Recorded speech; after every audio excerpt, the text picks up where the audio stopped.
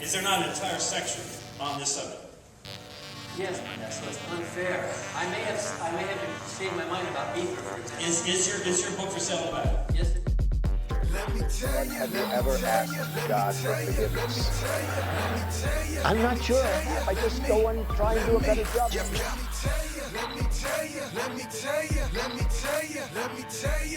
Say it like you mean it. This is my Bible. Yo, Trey. What up? I got something to say. Hey, what's going on, everybody? Welcome back to Let Me Tell You, episode 111. I'm your host, Norm, the Master's Dog Dunham, a.k.a. the Evangelical Norm. So, again, I just try to... Today's just frustrating. It really is. I mean, listening to the stuff that has gone on in the last week, I try to keep... I'm a preacher at heart, right? So... And I came out of the Pentecostal movement. I'm reformed now, but there are those little bits of things that the residual that sticks. And the 3-point sermon is really one of those things. So every one of these podcasts is really just, it's not a 3-point sermon. It may be a 3-point rant most times, but there's so many things that are going on that you can talk about. I mean, we've talked about COVID, we've talked about Biden, we've talked about politics and BLM, and all the other things that are going on. And just to nail down a few things to talk about for 30 minutes once a week, it can be crazy. And so today, I mean, there were things that I was humming and hawing about, wondering about what I was going to talk about.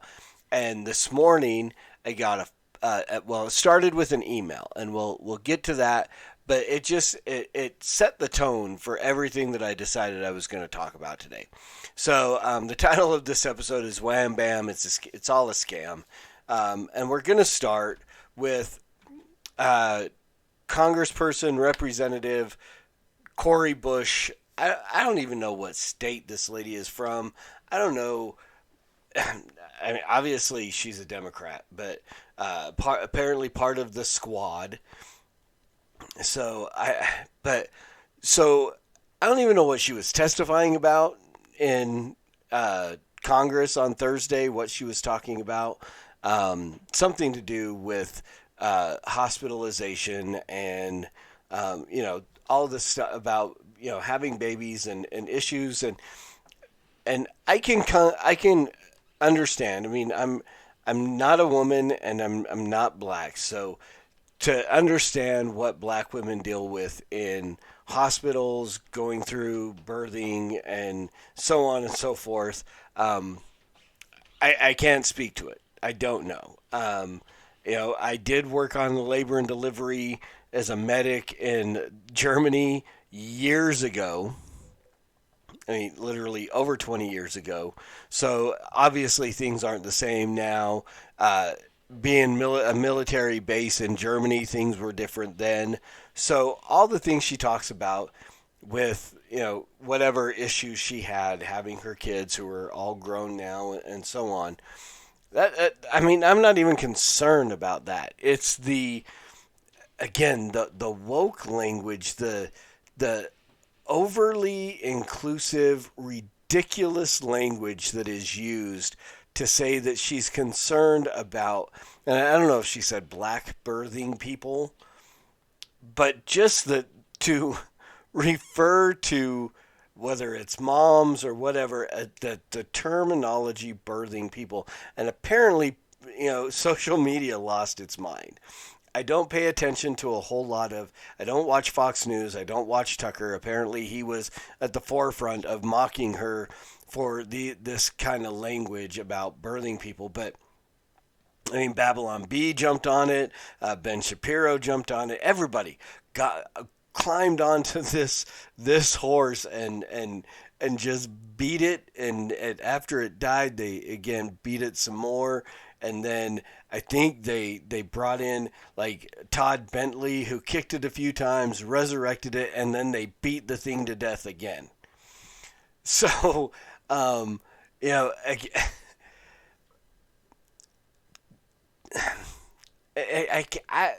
this kind of stuff makes me speechless. I mean, what do you say to that? How do you even begin to respond to the comment of birthing people? I mean, I love the Babylon Bee article that came out that Disney intends to change the most iconic reveal in movie history of the in The Empire Strikes Back to, instead of no, I am your father, and they're changing it to no, I am your non-birthing person, right? As Darth Vader reveals his self to Luke as his father. Spoiler alert for those of you who haven't seen it. And so again, we have got to come back to a point where we are willing to just, you can't even use a statement like this in the context that it is, but I'm going to use it. We have to come back to where we call a spade, right? We can't. It's so far gone that we have no ability anymore to look at something as what it is and proclaim it as what it is, because it might be offensive to somebody who is so mentally ill that thinks, some dude who thinks he is a woman, and so he should have the right to be called a woman, even though he cannot give birth. He's a non-birthing person. Or the woman who thinks she's a man and, is suddenly a birthing person, because God forbid you call somebody who is pregnant and carrying a child with a mental disability thinking that they're more masculine than they should be. God forbid you call them a woman. Right? I mean, I continually check, because of what happened in Congress sometime early this year or last year or whatever, the one dude who prayed, the preacher or whatever who prayed and said amen and a woman, right? I keep checking Merriam-Webster's, to see if they've added a woman as a word in the dictionary. So as of like sometime last week when I checked, they still haven't done it. But I mean, it's only been a few months. I'm sure they're a little backlogged on all the definitions that they have to change to keep up with those who do not want to be offended or don't think they have the right to not be offended or whatever. I watched a portion of a clip of Bill Maher, because I can't stand that dude. But as I flip it, the whole right side of YouTube and how you get sucked down the rabbit hole into the YouTube videos. But I saw one of Bill Maher and Jordan Peterson, and the comment and they're talking about the interview that he had last year, whenever, that went viral, that really launched him into this amount of fame that he has now, where the woman was like, when does your freedom of speech or your right to free speech override somebody else's right to not be offended? And he's like, if you are going to think for yourself, if you're going to be a critical thinker, you're going to be offensive to somebody. And so, that statement is as true as it can get. I mean, nobody has the right not to be offended, right? I mean, you can be offended and you can ignore it, or you can be offended and you can confront the person who offended you, but you do not have the right to not be offended. I mean, that's a fundamental portion of free speech, is that some people are going to say stupid stuff, and we'll get to that later in our live episode of Stupid Things Jory Micah Says. But that doesn't mean that you have the right to shut them down because you found it offensive. You have the right to tune it out and call them out, call them stupid, mock them, do whatever it is you're going to do, but you cannot shut them down because you find it offensive. Because again, there's so many things that have been or will be said. I mean, you would have to get rid of like half the movies that we've watched over the years. I mean, they're in the process. But, I mean, I think the movie was The Giver or something like that. I always forget, and I always get somebody who will shoot me a comment and remind me. But I think the name of the movie is The Giver, where they talk about many times throughout the movie you'll hear people say precision of language. I love precision of language. I don't speak very precise. I love the concept of it because I mean to say things that are precise. And it's not fluid. It's not the language isn't fluid. Words have meanings, right? And truth by definition is absolute. Those are some things that we can stand by. Those are maxims that I deal with and I stand by and formulate my worldview around them because of the reality is they come back to the nature of God.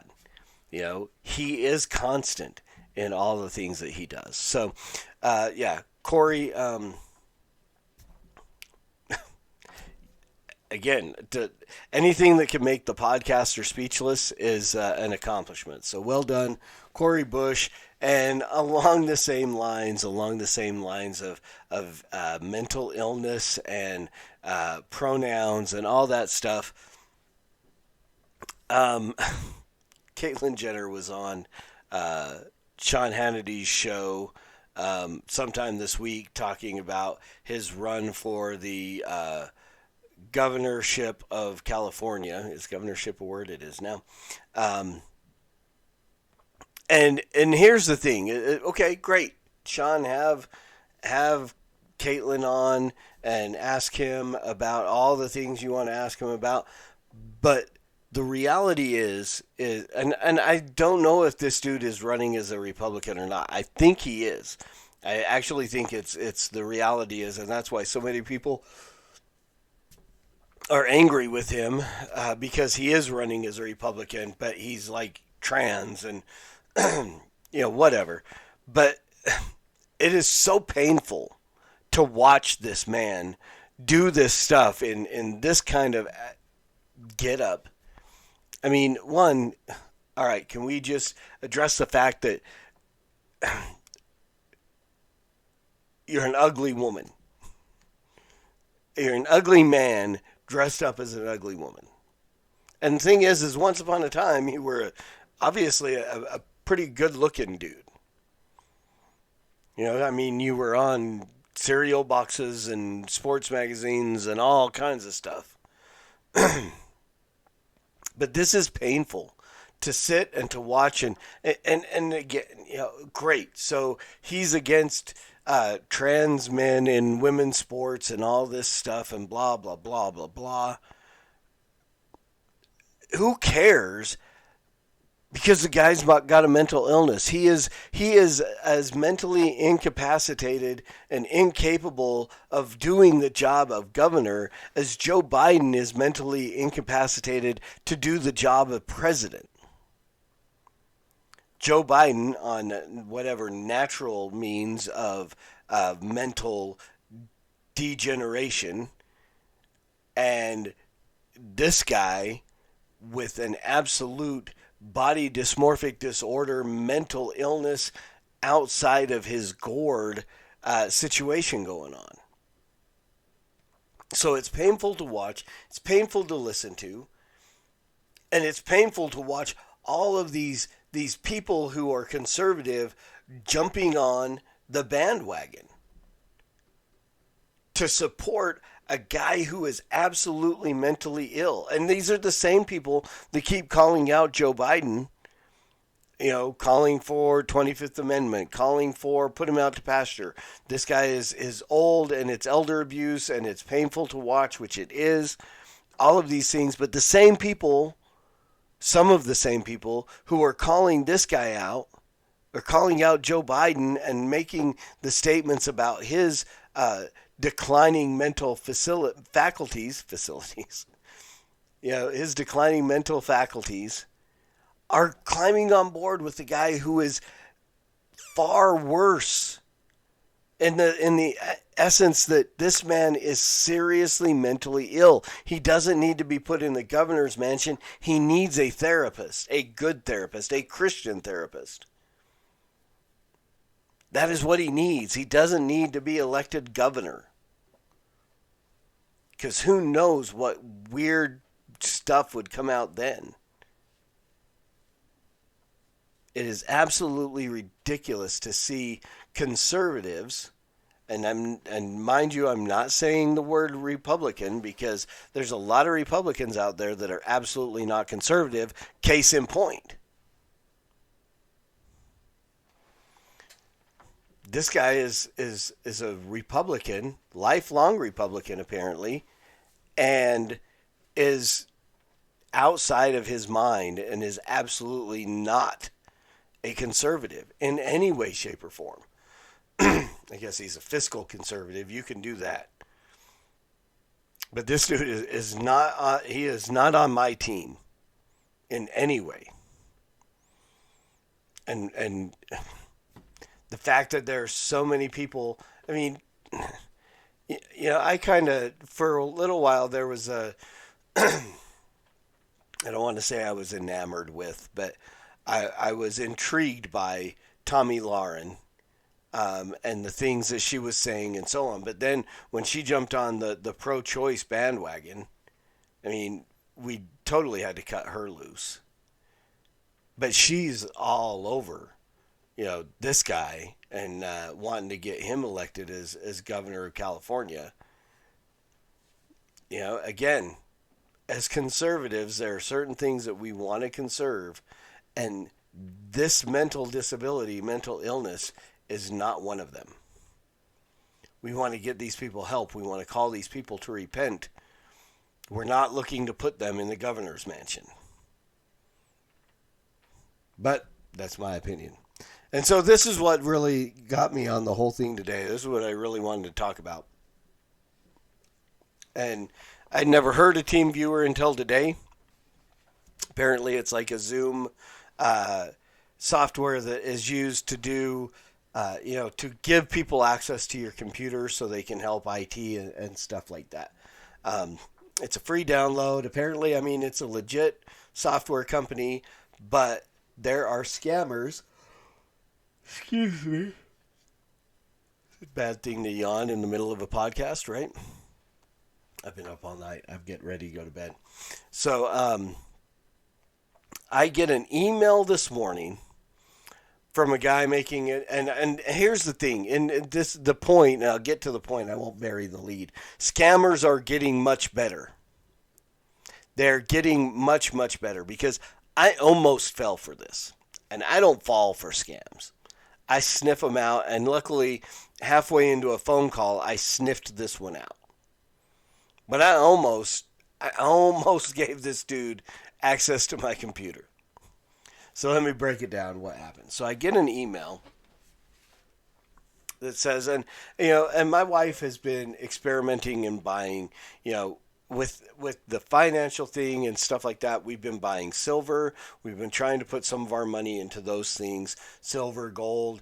I've got, you know, collectible cards, sports cards, that the values are going insane because there's a tangible thing there that you have that has value, right? And so with the whole issue of Bitcoin, I get an email that says you have purchased, you know, your shipment is on the way, you've purchased $290 some worth of Bitcoin.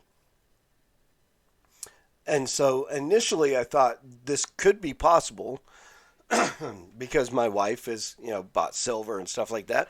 Maybe she got some bit of information with different podcasts that she listens to and bought some Bitcoin. And okay.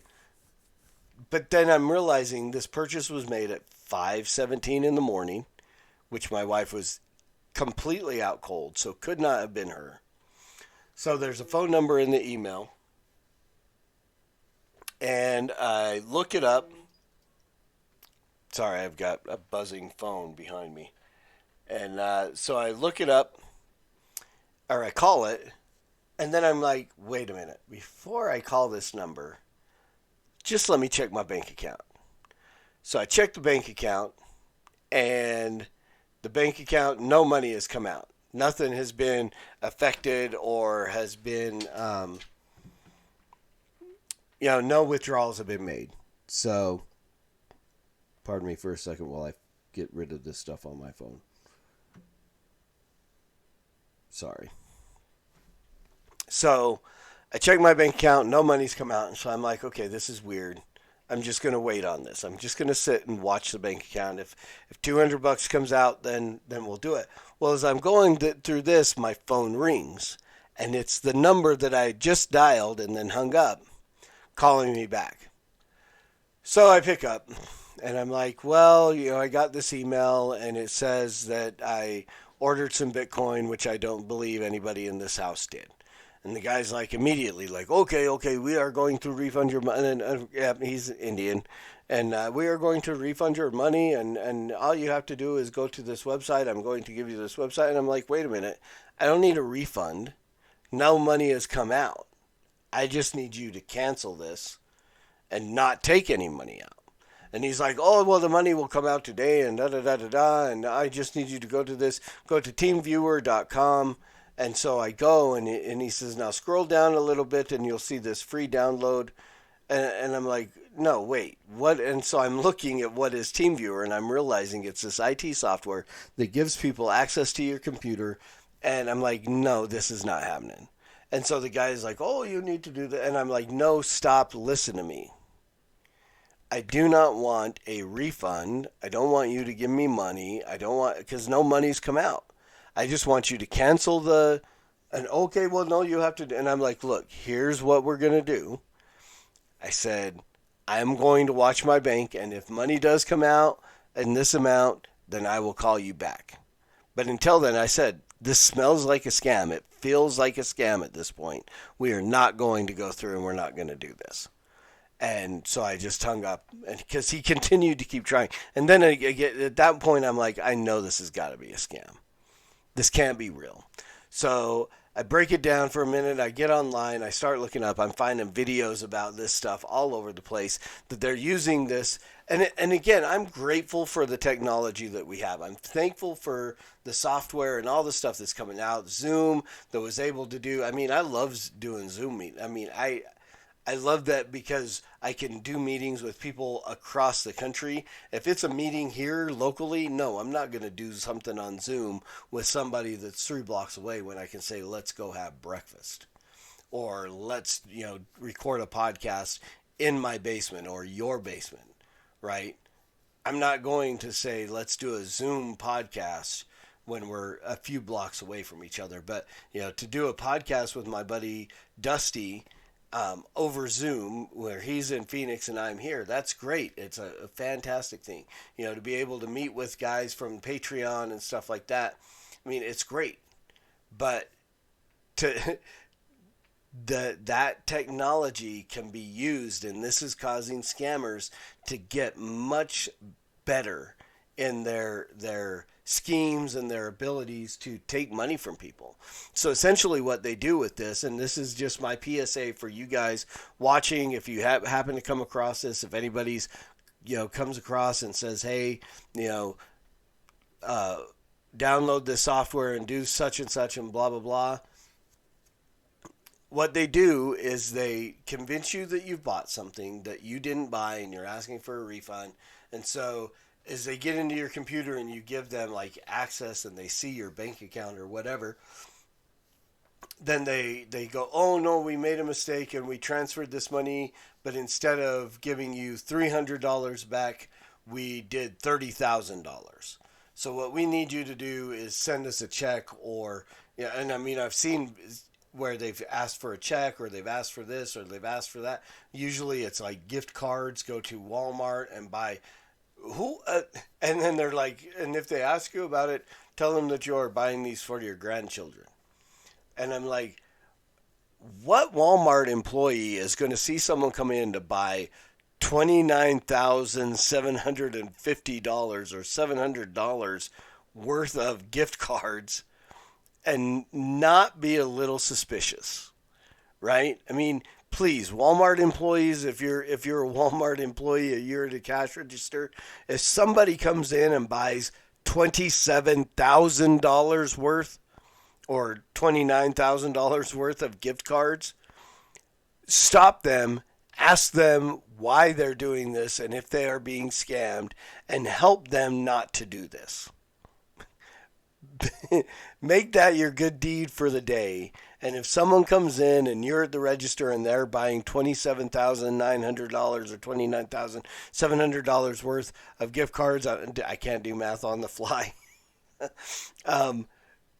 Don't let them do it. Please don't. Right? It's so ridiculous, the things these people think that they can get away with. And generally what I would have done had I caught on a little earlier, here's what I like to do. And here's where we'll wrap this up. And this is bringing this all back to the evangelist in me, the preacher in me, the 3-point podcast sermon in me.